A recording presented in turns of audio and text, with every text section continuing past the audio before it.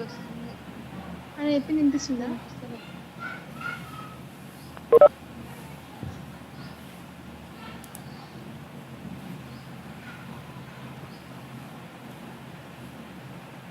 వినిపిస్తుందా? Call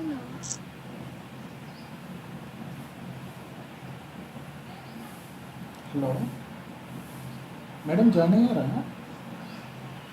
okay okay, మీరు ఒక్కరు అన్మ్యూట్ చేసుకోండి. ఓకే, కొద్దిగా But disturbance. you are able to see me? Yes, sir.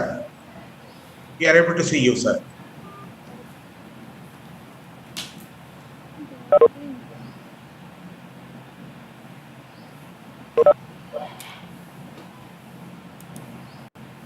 ఇప్పుడు You will be hearing my voice and video from my mobile while I'll be sharing the presentation through my laptop. Is that okay? Yes, no problem, sir. Can you make me presenter to share the content? Make presenter with Bala Piltigari is there, not Bala Piltigari Hyderabad section. Sir? Sir, you can might directly join share the Teams. content, sir. Okay, sir. Make me presenter where Bala Piltigari is there.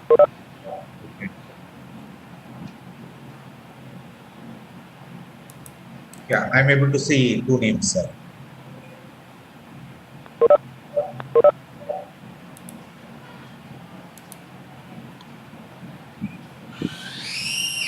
Hope all fine, sir.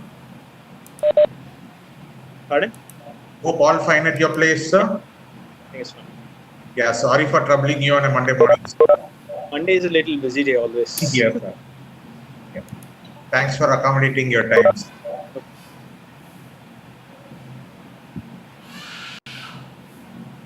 Is my voice clear? Yes, sir. Your voice is clear, sir.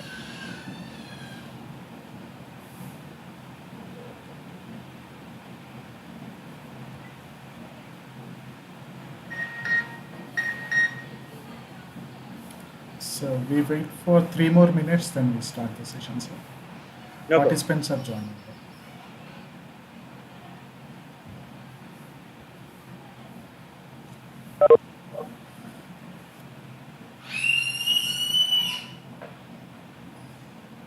Sir, HOD, sir.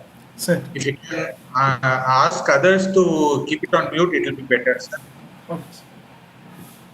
That, All the participants are requested to keep your mic in mute.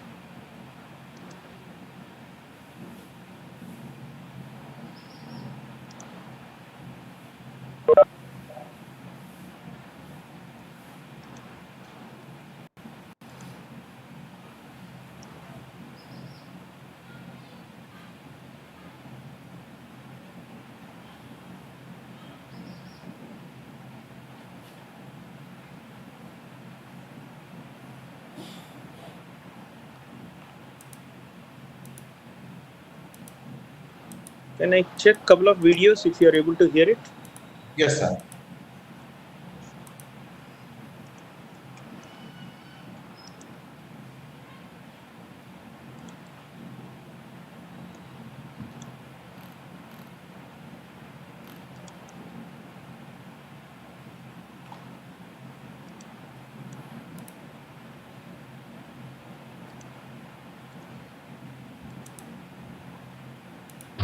The internet informs, entertains, and connects us. It's the backbone of the global economy.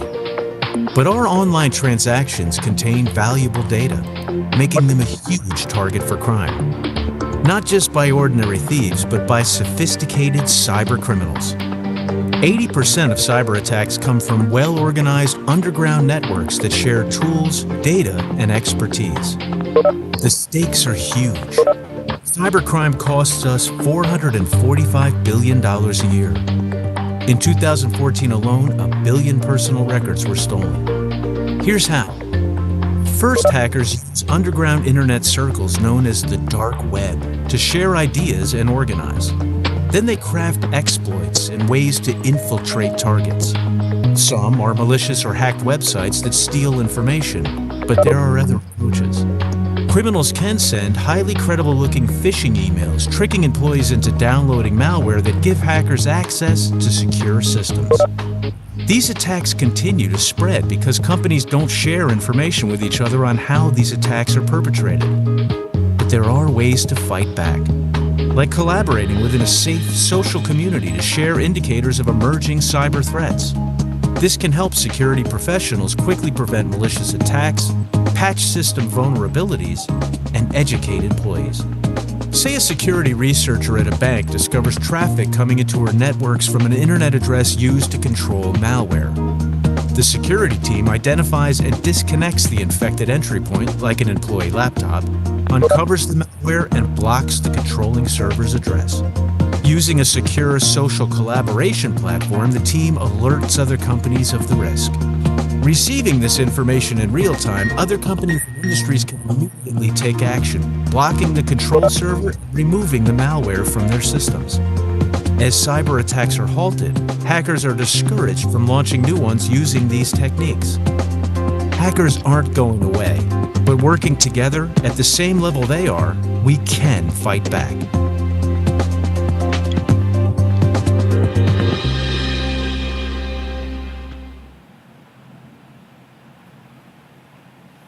Perfect, sir. Okay. It's a precursor video for people to view it. Sir, shall we start, sir? Yes, Yeah. sir. Yes. Yes, sir. You can carry on. Shravani, ma'am, Sir, continue. Just. good evening, one and all. Welcome to all the participants to the Power Seminar on Cybersecurity, hosted by Pallavi Engineering College, associated with ICT Academy. It is an extensional term, Information Communication and Technology. ICT Academy is an initiative of Government of India in collaboration with the state governments and industries.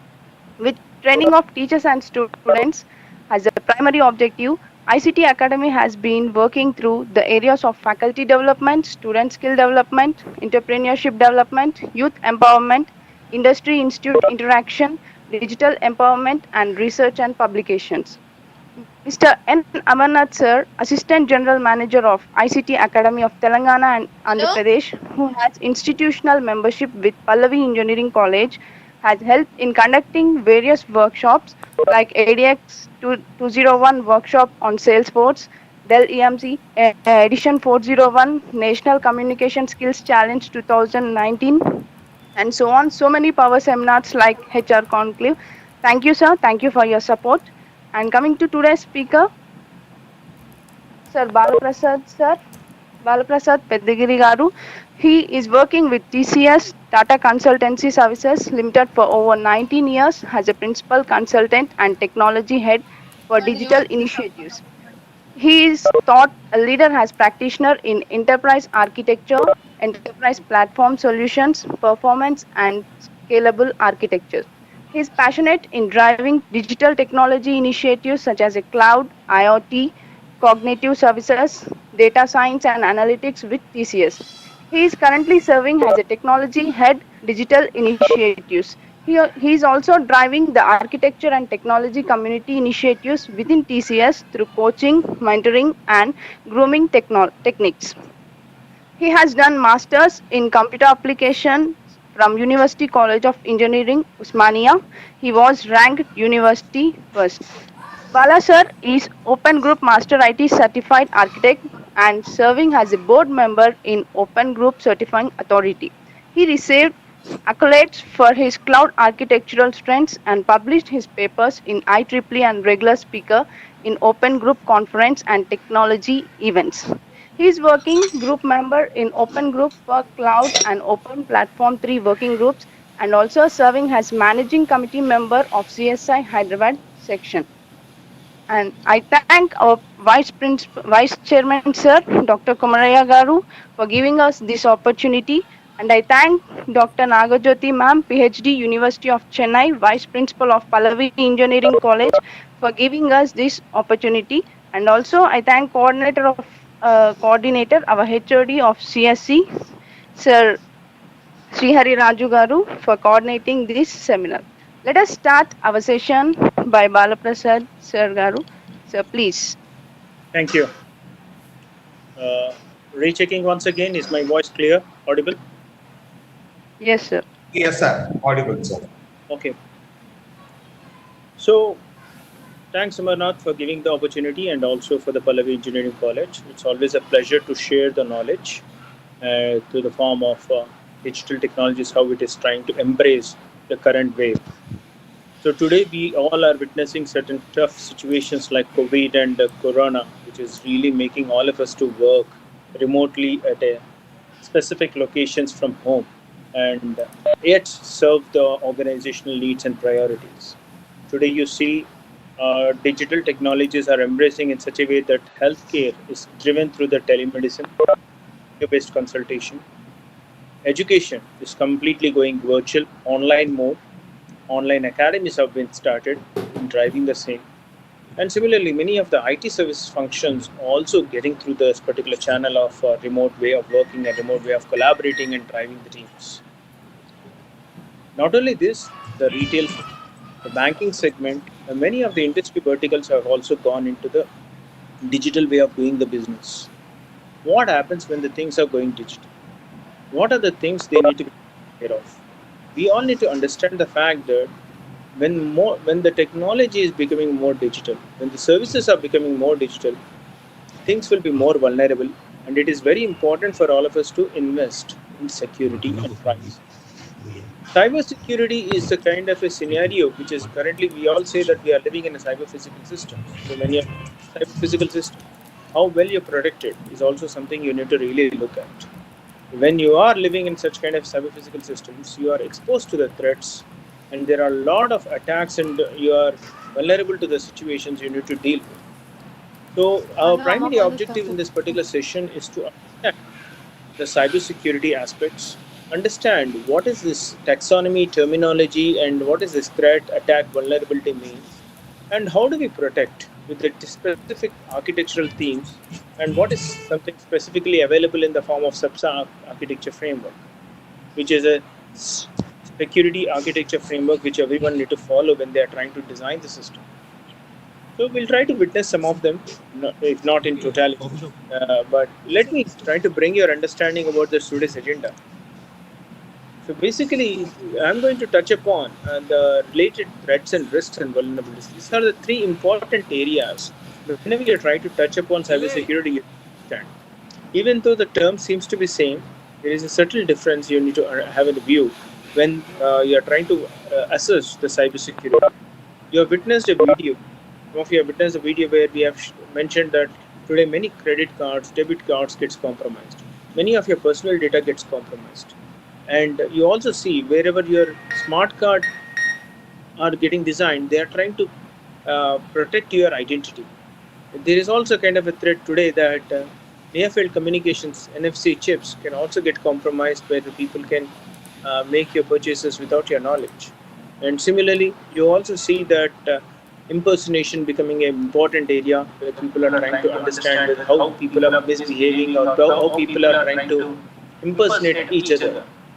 This kind of a challenges are something what we are going to see, and how these particular challenges need to be addressed. Also, we'll try to see. But before that, we'll try to understand about the different types of attacks like cryptographic attack, wireless attack, and application and service attacks or social attacks, which is really making the attackers to compromise, means gain the access to the information where you are getting compromised. Today, one thing for sure I will say that many of you might be using smartphones or smart devices. I just want to ask you one question. You may answer in the chat window, but one question for sure. The question is, how many of you installed freeware applications on your smart mobile? If you say that I have installed at least one freeware app in my phone, it's a clear indication that you have already compromised your phone's information. So nothing in this world comes for free. One need to understand. If you are, it's all about give and take, no? So I'll just give you one example of a Truecaller. When the Truecaller was launched, none the Truecaller database was completely nil. They have just promoted in such a way that people were tempted to install and their contacts get compromised and the contacts database got kept on increasing. So the ability for the data aggregator is to capture the information by crowdsourcing these particular apps. We'll also try to understand about the penetration and vulnerability assessments and how this particular testing is carried out and try to get more access to that piece of information. Just to simplify the task for you, what is threat, risk, and vulnerability? You can see on a rope, there's a person who is trying to walk on the right side of the image. I'm not getting into the definitions of it, but trying to give you the view of what is a threat mean. The crocodiles under the water, which is waiting for the risk to happen so that they can consume that person, is what the threat is. Means a person who's trying to see, he sees the crocodiles under the water is like a threat to them because if he imbalances himself, because that is one of the weakness or vulnerable area, then he may fall. And when he falls, it is so. But what is the overall asset you are trying to protect? Your asset is the person whom you are trying to protect, and balancing is weakness which is trying to trigger it as a vulnerability. When there is a possibility of vulnerability which can be exposed, and that when vulnerability exposes, your risk happens, and when your risk happens, threat is clearly. So, in a nutshell, I want to say that threat is not anything which is trying to exploit that vulnerability or intentionally or accidentally and obtain the damage for that asset. While the risk is a potential or damage of the destruction of an asset. While if you're looking into the vulnerability, it is all about the weakness or the gaps in the security what you're trying to design as part of your systems.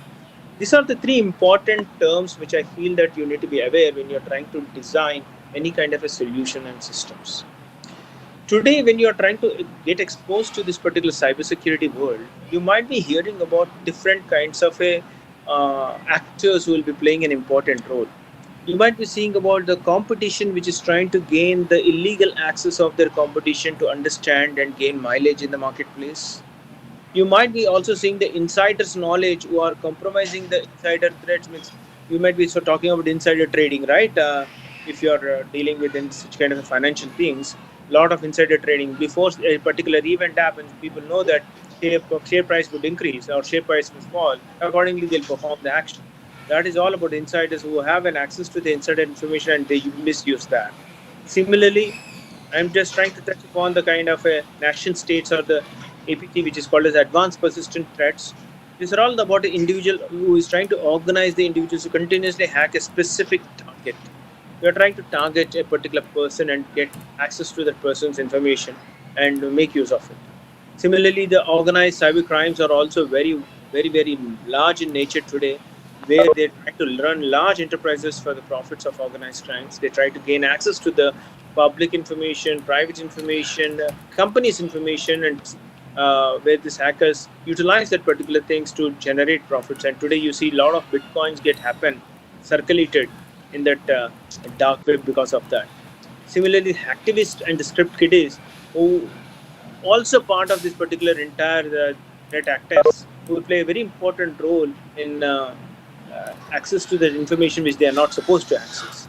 Anything you say that anonymously or with a named entity, if you are able to use this information illegally without the consent of the person, then it is considered as part of the cybersecurity crime. And this is becoming very high when you are trying to deal with the people. And let's understand the malware aspects. You might be heard about virus, bomb, Trojan, to the information which they are not there at will. One important thing is virus, which stands for the Vital Information Resource Under Siege, is one of the commonly known programs which are there, and it generally attacks one particular computer and it sits in this particular system and one application or a system, not more than that. But you look into the worm, this is a little more dangerous in what you try to say, where it tries to replicate and copy itself.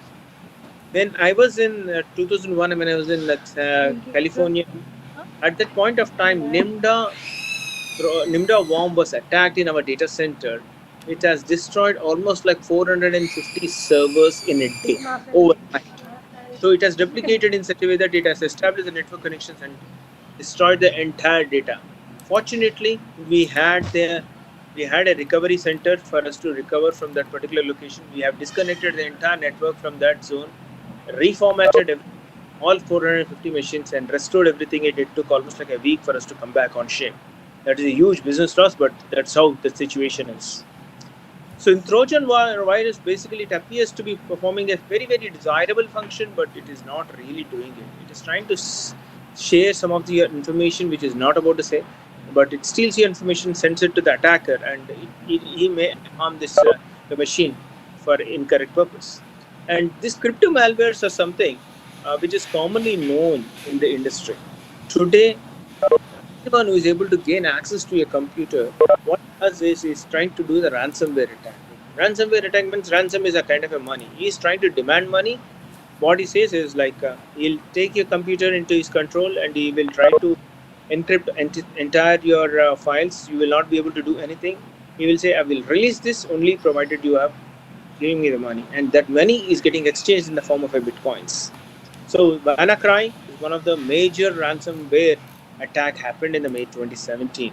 You can go on type about WannaCry. You will be seeing that huge amount of money got transacted because they got access to the number of public domain computer machines. As I say, it's very also important for you to understand another terminology extended to the rootkit. Now, this is one of the most important thing because this kind of software installed by the attacker at different levels, and it is typically hidden from the administrator. Administrator does not have any clue that this particular virus or any kind of a software existing. It just sits there at a different levels and access. It could be at an application level you can configure, or library level, or kernel level, or a firmware level between the software and the hardware, or it could be completely running in a virtualized mode. The basic information for any such kind of an attack is to access some information without your permission and use it against your purpose. The keylogger, which is one of the famous attack, in fact, many people do it as part of their projects also. I've seen where they try to intercept the keystrokes, what each one is trying to do, so that they can understand what is the password, what your friend is trying to try.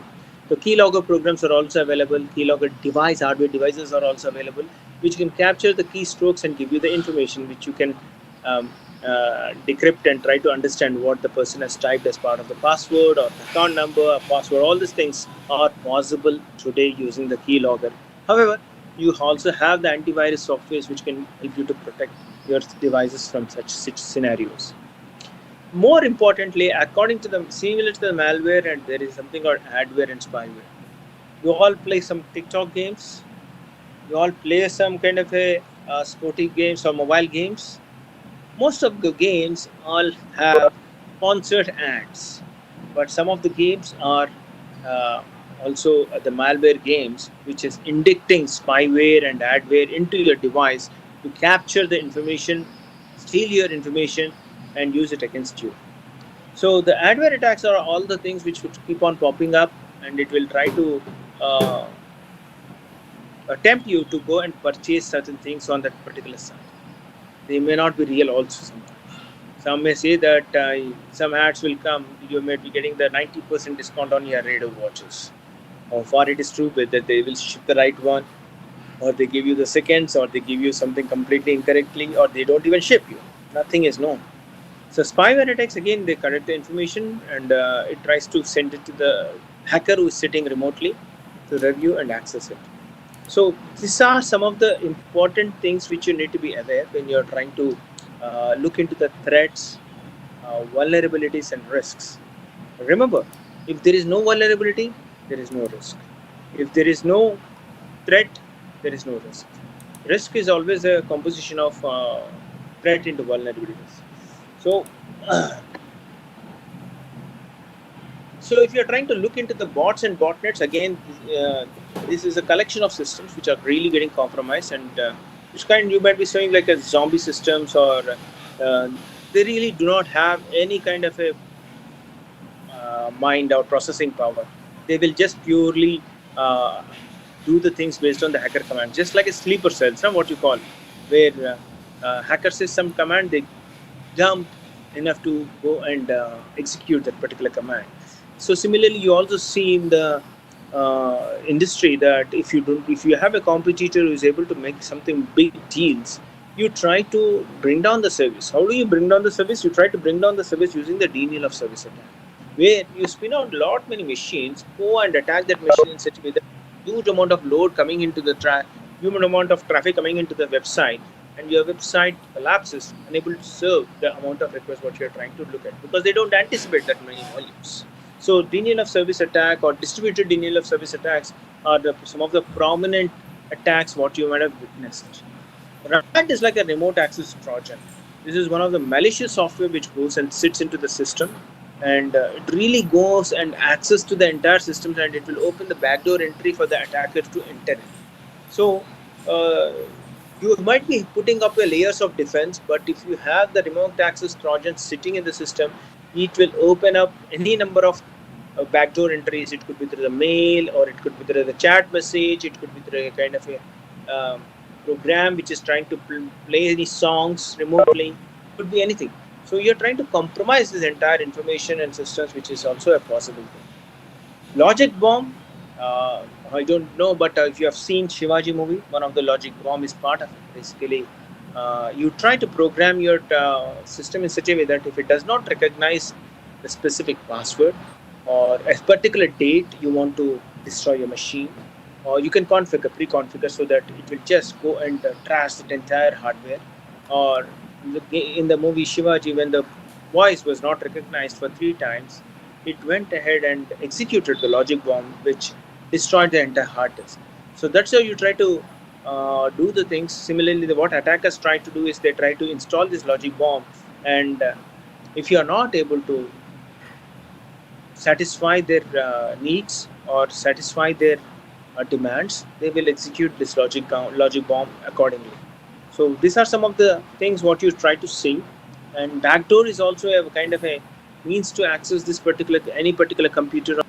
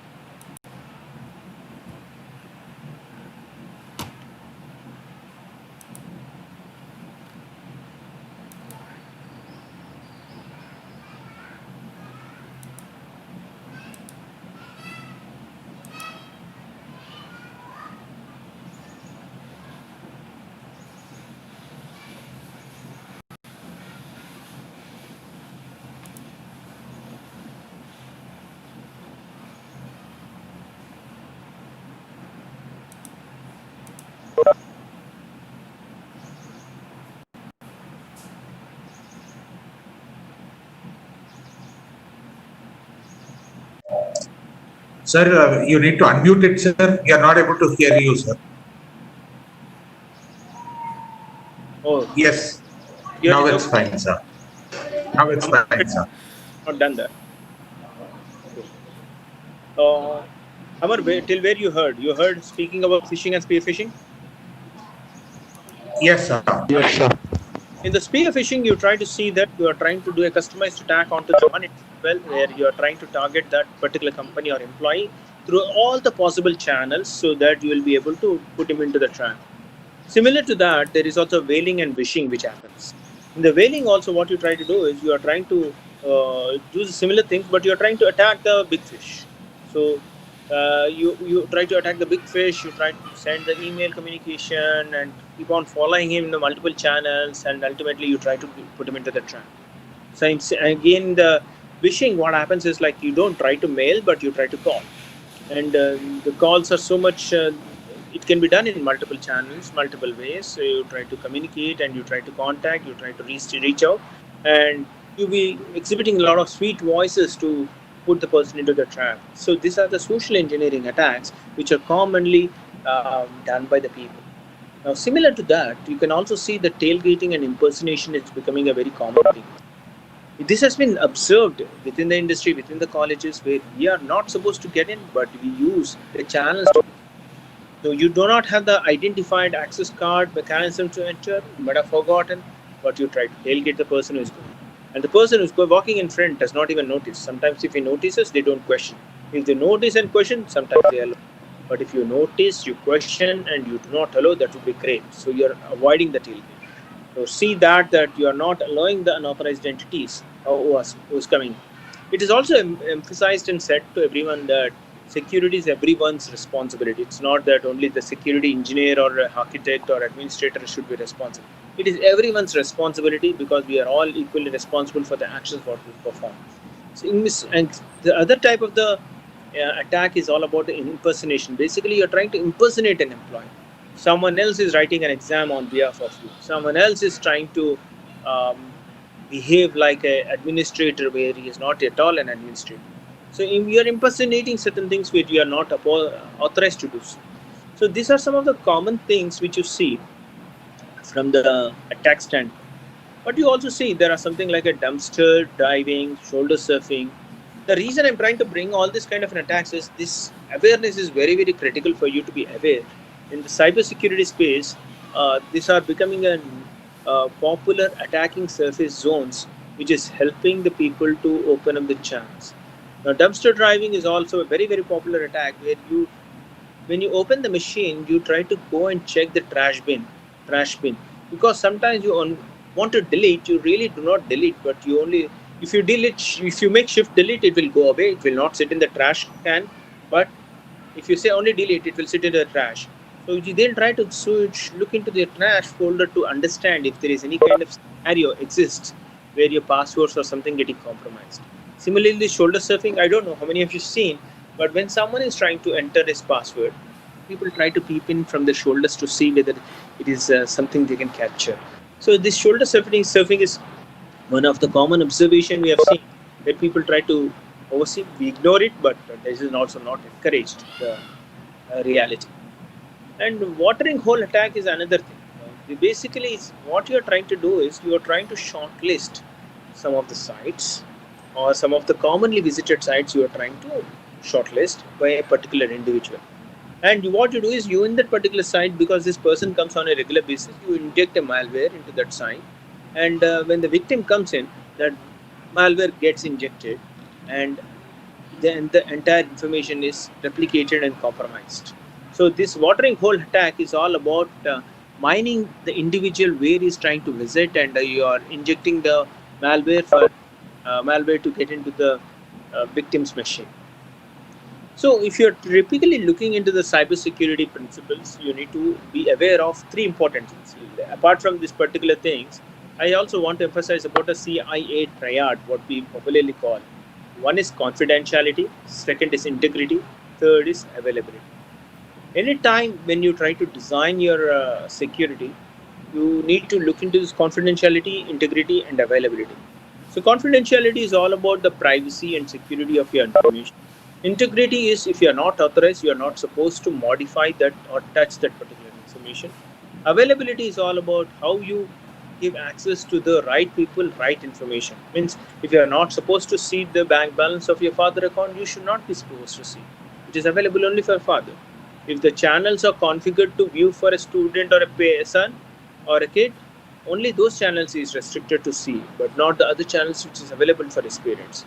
So similarly, if you like try to look, the reason for the entire effectiveness of this entire principles are all about bringing in the kind of an authority where hacker is trying to impersonate a person of authority, which makes the victim believe they should do what the hacker says. So authority is one of the principle, and you need to be aware that never try to give such kind of an authority to the hacker.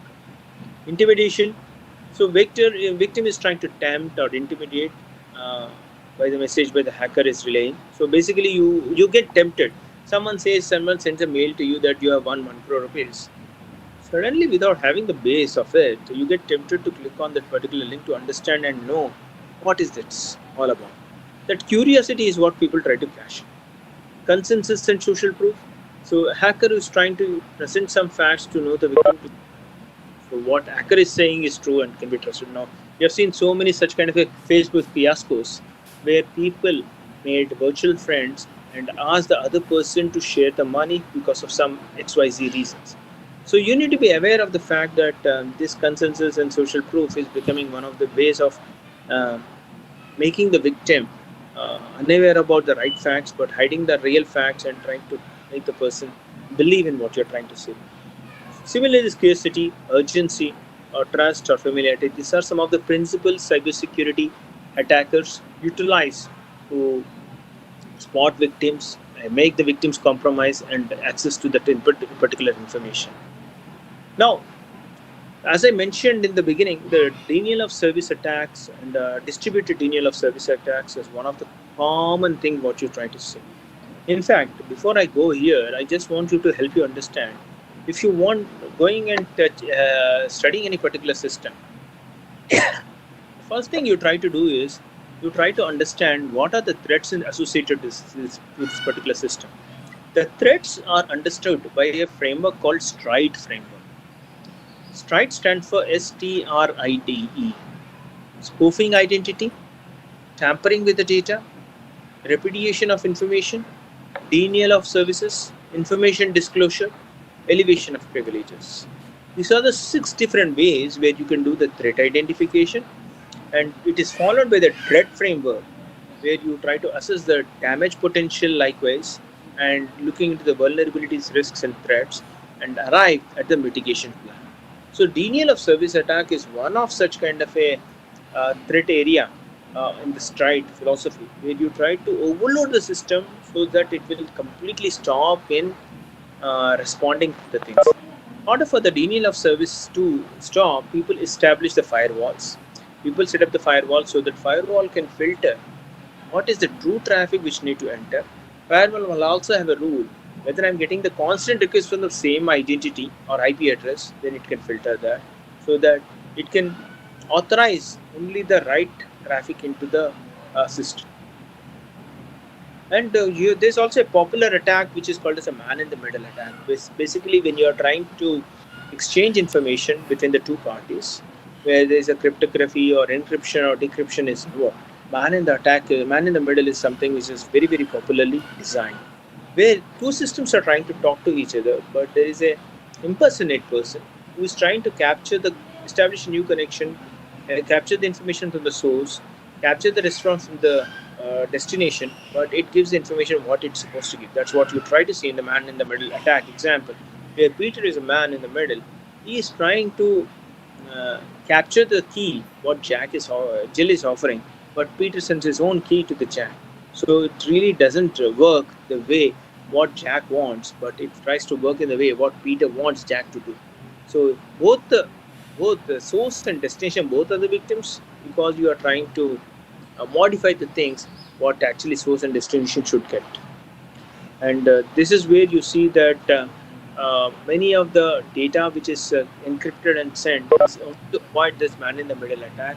If you are not encrypting and sending, your passwords can be compromised. That you see many sites where you enter your passwords, they are all secured websites, HTTPS protocol. So if they are not secure websites, you are encouraged not to put any confidential information or security information which could compromise your functions. And again, buffer overflow, this is very commonly committed mistake in the program codes. See, writing secure code practices is one of the important area of a knowledge what each individual need to develop the skill about. Writing high performance code, writing secure code practices is some of the important areas. Buffer overflow is something which is always commonly committed mistake of a developer.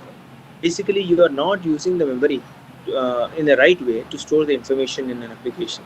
So hacker is always an opportunity that he can induce some more bits and bytes into the object so that your memory can be completely full and your buffer can be overflow. So that So anything which is beyond the buffer area, hacker can really look at it, and it can access to that particular privileges and administrative privileges or any other authorized power user privileges and do the things the way he wants. And another popular mistake people make is because of the SQL injection. If you are not writing the right queries, so basically what happens, you are entering the user ID and password you can see in the beginning. So your query is to validate whether I'm giving the right user right password. Okay. So what happens when you're writing a query, you are putting a condition user ID equal to Srinivas and password equal to my password. So that is how you're trying to check the condition. If both it's a hand condition, it works very good. An intelligent attacker, what he can do, if he knows that there is something on the injection, he can, instead of giving the username, he can put in as a condition. Condition in such a way that you can see here the user ID is blank, but he introduces a OR condition equal 1 equal to 1. So what happens when you are trying to use the OR, true false or false true, entire activity is true. So when the entire activity is true, you get all the usernames or validated. You get access to that particular database, or you get access to that particular website. So these are some of the commonly used injection attacks or local directory access protocol attack, which is really trying to expose the vulnerability. So it's important that you don't do the user ID equal to string comparison, but you try to do the parameter comparison so that people know that the parameter is passed and you are really trying to understand the parameter and avoid the injection there. So this is one of the famous attacks available, and generally kids or the students who does not have the full understanding about the security authentication and authorization aspects, they commonly commit this mistake, and it is easy to break it. The cross-site scripting and cross-site request forgery. This is again a very, very commonly used attack in the websites, particularly.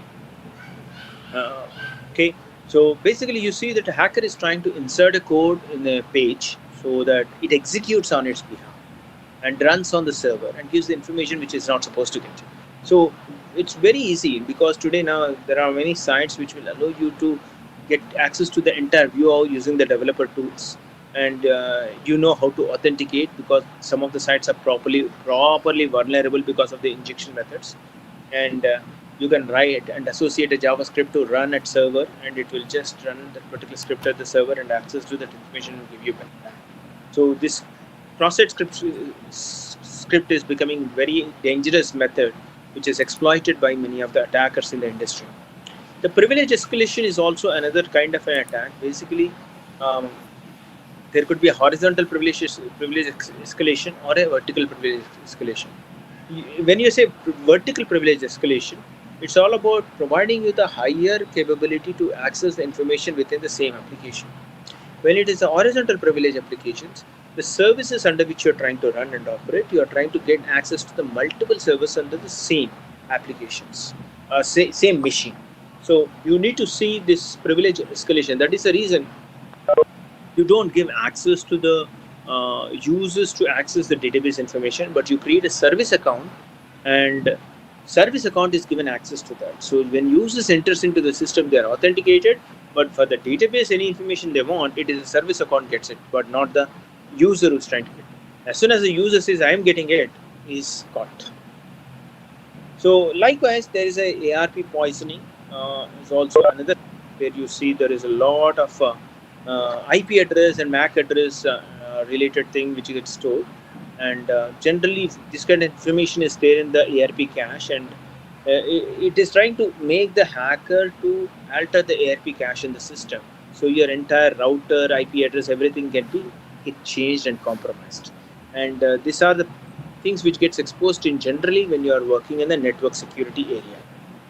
And similarly, the amplification space, increasing the strength of the signal. You might be seeing that some zones, attackers, what they try to do is that they try to capture the traffic signals, they check the mobile signals, jamming and amplification. All these things are possible using this amplifier devices, which can do that. Similarly, DNS poisoning, where you try to impersonate the DNS server, attacker impersonates it, and it resolves everything to the fake website, not to the real website. So it becomes very very malicious in nature when you get redirected to the fake websites. In fact, there was a time a couple of banks in the country were compromised because of the DNS poisoning, where they were redirected to a page, and user did not know. They thought that the bank has transformed the page look and feel, and they went ahead and typed their username and credentials. Ultimately, the fake website got that, and they got access to that particular account to do whatever they want. It becomes more challenging when you are trying to uh, go through this kind of an attacks, and becomes challenging for you to manage when your domain name servers getting completely compromised. Domain hijacking and man in the browser are also the some of the popular attacks what you tried to say. And just like in the man in the middle, the browser is playing the role, where browser is intercepting your request and trying to execute on behalf of the hacker certain things which you are not which it is not supposed to do. And domain hijacking, again, there are a lot of social engineering attacks where you try to gain access to the domain of a particular thing and you try to play around with it. So you try to switch the ownership, you try to gain access to the host control and change the domain registration, and you demand. You try to. It can also be a kind of a ransomware attack. People try to look at. So today, many systems are getting designed in such a way that it is called as a zero trust security, or basically from the day zero day. In fact, they don't want to believe anyone inside it. They don't want to believe anyone outside it. When they say they, it's all about the architects who are trying to design the system. So you try to impose lot many checks at an authentication level, at an authorization level, and ensure that your applications are not getting compromised at any point of time. So basically, the zero day is what you are trying to refer is all about how you are trying to exploit the application to the developers who are unknown. And basically, in the zero day attack, where you see that a hacker is trying to gain access to the information right on the day zero, even before it has been rolled out into the production. The replay attack, you constantly replay the things and find out the vulnerabilities. In fact, IRCTC, one of the uh, victim associated to the reply attack, where they were continuously getting the login requests. In fact, if you try to see that IRCTC has disabled the logins and passwords for booking the railway tickets, where people have booked the tickets on behalf of those who are not part of their family. So if you are trying to book that, they are trying to disable the username and password to enter into the system. To pass the hash, it's all again the technique which is used to access networks. Especially, it was a whole technique in the NTLM days.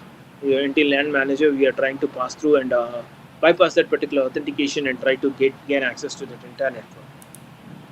So you see that click jacking, session hijacking, URL hijacking are the three hijacking available popularly, where people try to monitor the clicks, what you try to do. They try to mimic the same behavior.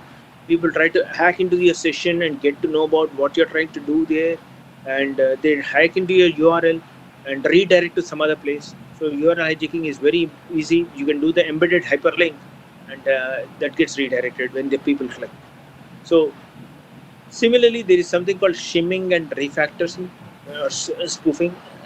Basically, you try to have a small shimmer devices where you try to know what is happening in the ATM card reader, and you try to whatever the keystrokes people make, it tries to capture. Shimmer devices does that. Similarly, IP address spoofing. I told you about the spoofing identity, right? It changes the identity of the user. There are lots of attackers today. They try to do the denial of service attack, and the attacker transfer from one location to another location and the same thing. So very quickly, within 1 minute, you can see that another request is coming from 250, 300 kilometers. Ideally, not possible for him to travel, but people show that.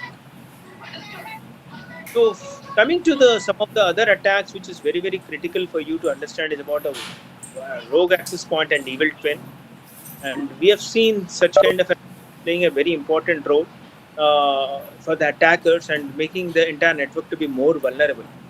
So basically, you're not really explicitly accessing the information from the administrator, but you are trying to maliciously access through the access point, and you become a victim because your router configuration, your password is really getting spammed in this network.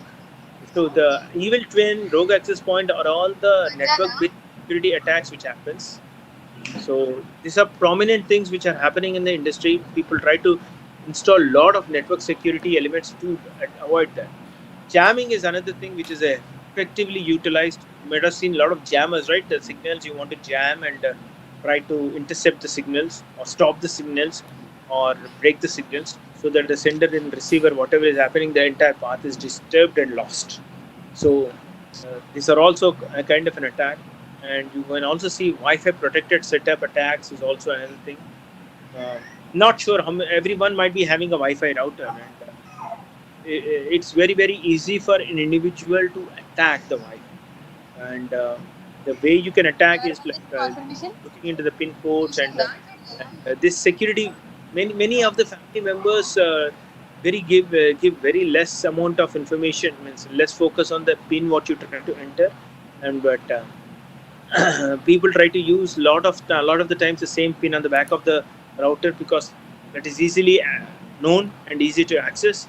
And these attackers try to capture this information in advance and try to use the same thing to access that particular Wi-Fi. You see blue jacking and blue snaffing. Now this is where the Bluetooth based attacks happens.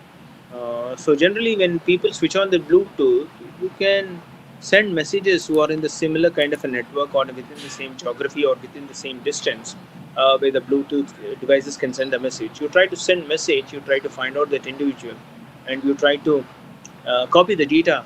Once a person responds to it, you establish a connection, copy the data of the victim. The cryptographic attack is becoming one of the most dangerous. It's difficult but dangerous. So it's not easy to make a crypto-based attack, cipher attacks, because many of the attacks in this nature are dealt in the finance zone. I've seen or witnessed where a particular person was able to uh, withdraw the money from thousands of accounts, and stopped sending the messages to that person. Say, for instance, you have 1,000 rupees. What they do is this guy uh, uh, tries to withdraw the money on 21st of the month, and generally people don't do any transactions in that particular week of the last week of the month because either they run out of money or they want to use money for the subsequent one, and he credits back everything after 1 week. So thousands of accounts he has written a script where he stopped the message when he withdraws and inserts the money. Every week money used to disappear from other people's account, fall into this account, and after 1 week again the money used to go back into the respective accounts. And every month for this 1 week period, whatever he's trying to accumulate, he used to generate a lot of interest for that. So this is becoming, he's able to manage that through the cipher scripting and doing it. And you see today the birthday attack, a lot of birthday messages which you normally get it. There is a lot of brutal force attack, what you're trying to see, where the hacker generate a lot of rainbow tables, where it is all about mathematically possible passwords is trying to generate and try to construct and provide. And you get into attempt into it. It's could be it also called as a dictionary attack, the plain text attack or a cyber text attack, where you try to analyze the kind of a text and messages what you're trying to send, intercept, try to formulate the patterns and try to intercept the messages and try to gain access to the right amount of information. So it's very easy if you have the ability to read the network data. It is very easy for you to understand the patterns and try to enable. So it's more important for what I'm trying to expose to is about all these attacks which are taught to you or explained to you, or all the taxonomy related to the cybersecurity. And a person who understands these attacks, they know how to resolve these attacks through the penetration and vulnerability testing. You will try to optimize this particular area of the attack or reduce the surface of the attack and try to fix those things by proactively testing the WAP, what we call vulnerability and penetration testing. So when you do the vulnerability assessment, you try to discover all the attack zones or the threat areas. When you do the penetration testing, you exploit that particular threat areas and mitigate threat with the right amount of code and right amount of security interventions so that your implementations are much stronger. So again, collision, replay, and weak implementations are also the areas where you see many times people say password should be strong, very strong, with a combination of capital, small, special characters and numbers to ensure that your password cannot be easily cracked. People also say password should be a kind of a sentence rather than a word. So you need to have a view of that. Not getting into the questions, I thought of asking in the interest of time, not skipping these things, but straightly getting into the uh, penetration testing and vulnerability assessment. So, so you see that every time you try to do any kind of an attack, there is a need for you to understand the active and passive. Always prevention is better than cure. What that is the saying. Similarly, in the cybersecurity world, what you try to say is you want to do the prevention and avoid the postmortem analysis. The more you do the prevention, your amount of energy and time and cost will be saved at a later point of time. That is the reason people have started investing in the privacy areas, security areas, protecting endpoint protection areas, workload protection areas are becoming very, very important and part of the organization systems what you are trying to work out. And today, whatever the information you try to share, information you are trying to communicate and chat over the collaboration tools, all these things need to be securely transmitted, securely received. And it's all about how passively you collect the information or actively collect the information about the hacker. You need to understand, and what are the channels under which he is trying to operate. You need to understand. You need to design your systems which can really uh, avoid that exploitation of your vulnerable zones, and understand that there is no possibility of any kind of a persistence and escalation of privileges resulted in, so that you will be able to manage the things more effectively. So the any test engineer who is trying to affect this is trying to automate this particular areas to exploit each of the things. So similarly, you take Amazon Web Services, Azure, or Google Cloud Compute. All these cloud vendors are now SSAE 12 certified. So the reason is every cloud vendor is platform certified, but what happens is when you are installing your application there, your application is more vulnerable. So one of the weakest link I always address is application itself. You need to make that application strong. Even though the platform is strong with the layers of defense, if the application is not strong, it's vulnerable in this entire zone. And for that, in the vulnerability testing or assessment and the penetration testing, you try to do the black box testing, white box testing. Black box testing, you do not really measure that kind of a what is happening inside, but you try to explore the channels under which you are trying to operate. So you test it through the input endpoints and extract the responses. White box, you really look into the logic-based testing and try to discover is there any loophole in that. The gray box, which is in the middle, basically you are trying to expect only the limited amount of information and details, not to the full information and details. So two important themes which you need to be aware of the fact all the time. So with the penetration testing, I would say that tester always uses the common attack methods.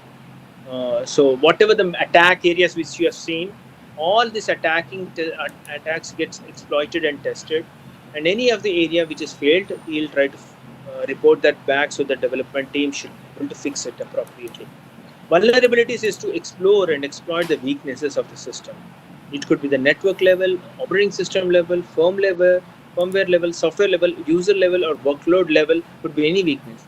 Each of the weaknesses is addressed and to address whether it is compromised or not, so that you will be able to protect it much better. So a simple concept. Basically, you're trying to when you're trying to do the vulnerability scanning tools, basically today you might be having many tools available in the marketplace where you can scan your websites without writing a single line of code. You just need to put in the URL, it will scans vulnerability and try to provide you all the vulnerable zones where the attacker's ability to enter into your system is much broader and wider. So this is a methodology where you try to look at and try to understand how it is going. And when you are trying to do the vulnerability testing, you need to understand anything which is related to the race condition is one of the topmost vulnerability. When two users are coming into the system and trying to ask for the same thing, and if you are not put down the locking methods or the critical section methods, you might have learned something on the operating systems where there are multiple threads which are running asking for the same resource, and there is a race condition and deadlock happens. Nobody touches that. So such kind of a race conditions, one is updating, other is trying to write, and both are happening interchangeably. and before the things getting committed, then you have a dirty data which is populated. Someone is trying to withdraw 100 rupees, someone is trying to enter 100 rupees. So ideally, if one transaction happens of the other transaction, then the integrity is maintained and the balance is known properly. But if the transactions are happening in the race condition, either write passes or the read passes, and accordingly your balance is known. Similarly, improper input handling or error handling, any kind of a configuration settings or the resource exhaustions, vulnerable business processes which is leading to those things, overflow error or memory buffer vulnerability, and some of the architecture design issues, zero trust issues, and certification key management issues, and some of the specific areas of the vulnerabilities where your applications or websites might be encountering, and you need to pay an attention towards this. So with that, I just tried to touch upon it, and I have few questions, but if you are interested, we can go to it. But I'll share these questions later to Amarnath for your reference. Now I stop here and ready to address some of your questions. Amarnath? Yes, sir. Maybe the faculties, if you are having any of the queries, you can raise it to sir so that we can get it clarified. Participants can unmute yourself or raise a question in the chat.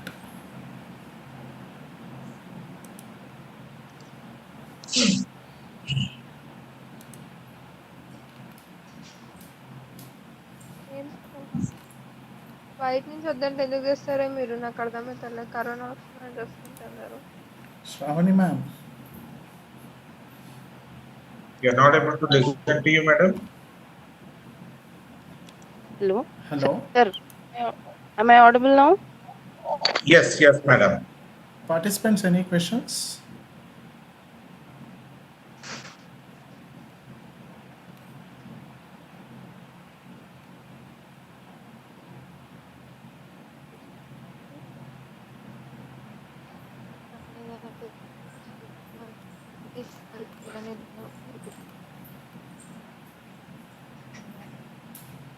If there are no questions, shall we? If there are no questions, I just want to expose you to one of the framework which is popular. Yes, this sir. is called the Sherwood Applied Business Security Architecture Framework, SABSA. Anyone wanted to use it as a reference architecture, you need to ensure that it is a 6x6 matrix. One need to be aware. You can Google it, SABSA reference architecture. You will get this diagrams. No need to type and write it. Really touch upon some of the specific areas in the vertical axis. You can see contextual, conceptual, logical, and in the horizontal, it's trying to talk about what are your why. చేసుకోమా చెప్పు, ఇన్ని చేసి పెట్టలేదా? There is huge disturbance, sir. Hello, participants. Hello. Sir, if you can mute everyone other than sir. Yes, sir. నాకు అర్థం కాదు.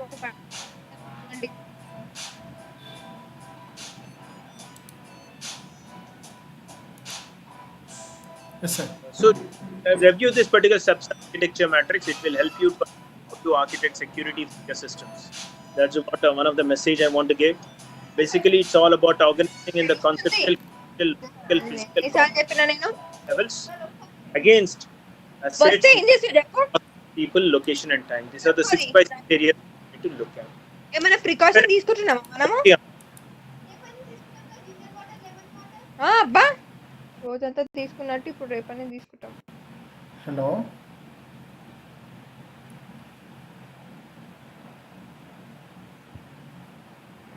Good evening, sir.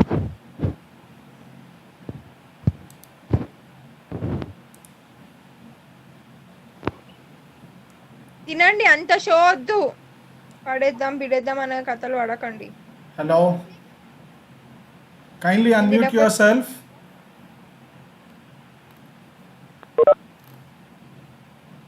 Participant, mute yourself kindly. ఎందుకు తినదు? ఎందుకు తెచ్చింది? మరి అడిగి తెచ్చిందా? ఎందుకు మళ్ళా? మంచి చెప్తే ఎవరు వినరు కదాను మీరు ఇద్దరు నెత్తికి ఎక్కుతున్నారు బాగా.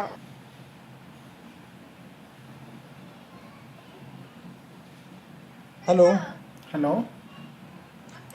See now, what precautions should be taken as a common man in daily life for this, avoiding the cyber attacks?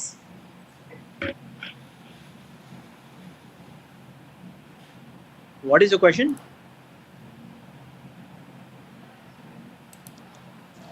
By a common man in daily life, what should be take precautionary action be taken? తెచ్చిన కాళ్ళు చేతులు కూడా కడుక్కుంటూ లేదు ఈ మధ్యనైతే.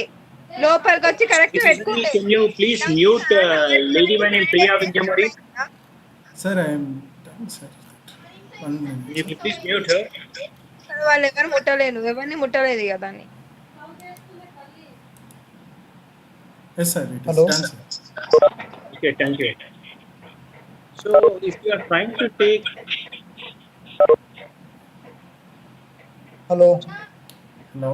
it's gone now, and the question was what kind of precautionary measures should be taken by a common man in the cybersecurity world, In daily life, yeah. right? Okay. The question, so the kind of is basically you have a zero trust. You try to develop an attitude that I do not want to trust anyone, and I will be more extra cautious.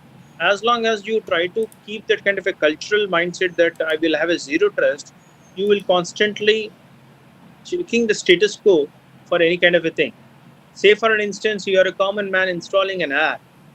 You really try to evaluate whether that particular application is really security proof or not. It is not stealing any privacy information or not.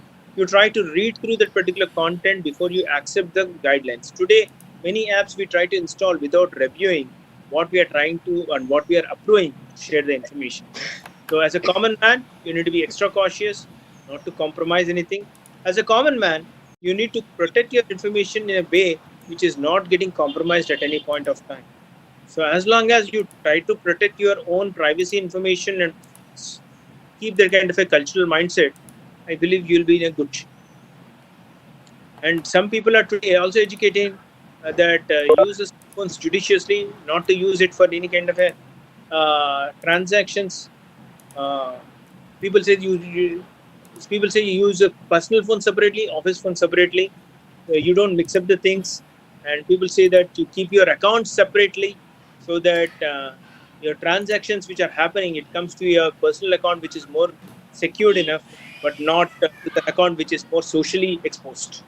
So some kind of separation of your accounts also would help. Means your Facebook, Twitter, all social channels, you use one account, but your banking transactions or any kind of a personal communications, you use another email account. So that way you try to separate it and you don't try to compromise. Hope that answers. Okay, thank you, sir. Thank you for valuable information. Hello, sir. Yeah. Sir, nowadays, if we are installing any apps, we are getting somewhat pop-up to allow access to your contacts to media. Sir, can a hacker use this information to grab a? Obviously, that is intent behind it, no? You are compromising your data to him. You are sharing your data to him, so that you are authorizing him to use the data for his own purpose. Okay, sir. Sir, one more doubt that can anyone use our IP address and MAC address to identify what we are doing in our daily life? Yeah, possible. There are tools which can allow you to capture with IP and. Okay, sir. You need to put your home protection. When you go out, you lock your doors, no? You put security alarms. A lot of layers of defense you can create. As long as you create layers of defense, people will come to the IP address, but they can enter because you are not allowing them to enter. So they never know it. But if the malware is installed, which can do the screen, the other person knows whatever your action you are doing, whatever the screen you are looking, he'll get to know about it. This is possible today. In fact, it is possible 20 years ago. Yes, sir. Sir, can you tell your qualification in cyber security? How many years? Cyber is one of my digital practice where I lead the team of 8 people whom I lead on the security practice. This practice has started around 6 years. Sir, can you hack device with IMEI number? You can Can you hack device with IMEI number? hack. No, sir. Can you hack IMEI number with a device? Yo, you mean to say with the device you want to know what is the IMEI number of your device? Is there any mobile? No, I am not hide that, so I cannot comment. Sir, no, sir. As we are studying cyber security, can we hack? Basically, when you're trying to study the cyber security, you should not be thinking like an hacker. You should be thinking like an ethical hacker. Yeah, sir. Ethical hacker. Sir, can you tell difference between hacker and ethical hacker? Ethical hacking is a process where you are authorized to do the something for a purpose, and which is done for a good purpose. Just pure hacking people do without any purpose, without having the access to the information, without having the authorization to access to the information. It's all about hacking. Anything which you have a permission to access, it is an ethical hacking. Say for instance, you have an application to test. Okay, and you are authorized to test it. You are testing it and you are getting information by writing the scripts. Then it's a kind of ethical testing. Following the ethics to do this. Sir, then what is the difference between white attackers, black attackers? Pardon? White attackers, black attackers. White attackers and black attackers. This is what you are trying to say? No, sir. White hat hackers. Oh, white hat hackers and black hackers. Yes, sir. Okay. So basically, white hat hackers are the ethical hackers. Black hat hackers are the hackers who are asking for the ransomware. So basically, white hat hackers are very much specialized in the penetration testing and the vulnerability assessments, and they are part of the security testing methodologies they try to use. While the black hat hackers are generally part of the dark web zones and taken care in that direction.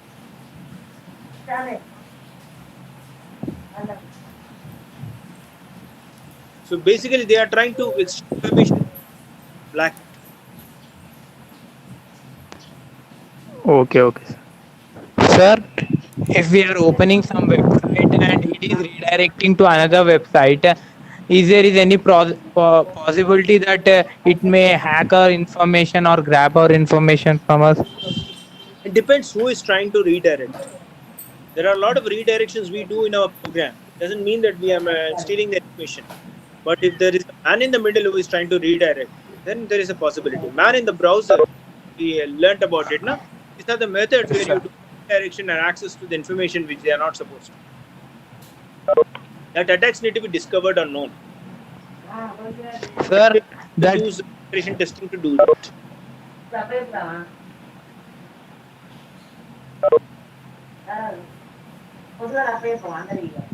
Okay. Okay, sir. Amar, over to you.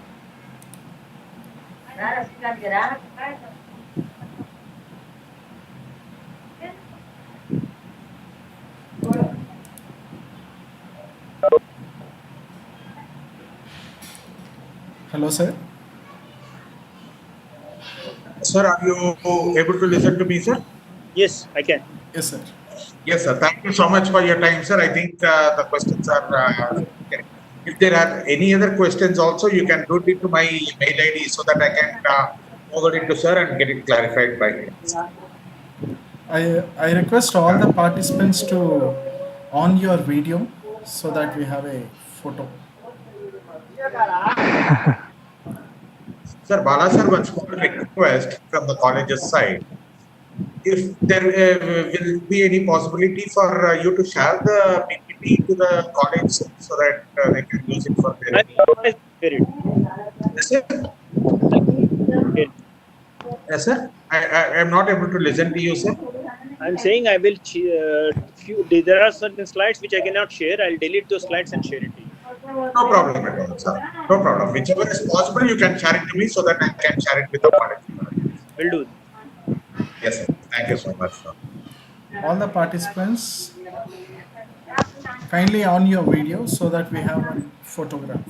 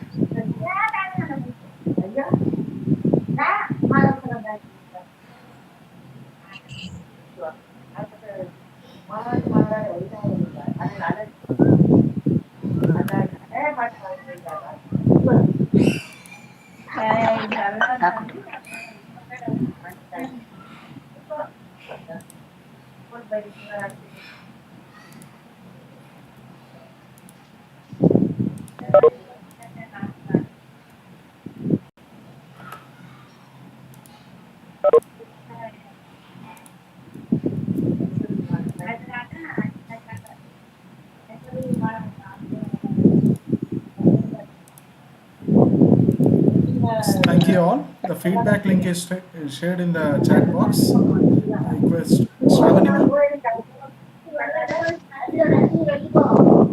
Hello. Okay. Hello. Thank you. Ma'am. Yes, sir. Thank you so much for your time, sir. On Yes. Monday evening, we disturbed you so Am I much. audible? Shravani ma'am, can you give vote of thanks? Okay, sir. It's my pleasure to be a part of this seminar. I thank Mr. Balaprasad sir for his valuable session on behalf of Pallavi Engineering College and from all the participants. I think this session is very helpful and useful to all the participants, and I thank the organization and all supported team, faculty members and students. And finally, I thank Amarnath sir, Vice Chairman sir, Vice Principal ma'am, and our coordinator sir, Sri Hari Raju sir, for making this power seminar successful. Thank you one and all. Thank you. Thank you, sir. I request all the participants to fill the feedback form.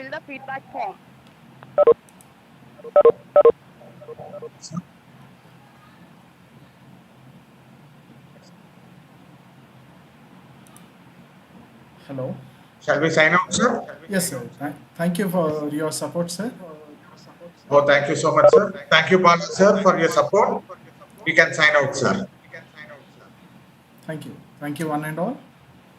Feedback form Thank you. is placed in chat box. You can fill and you will get an e-certificate.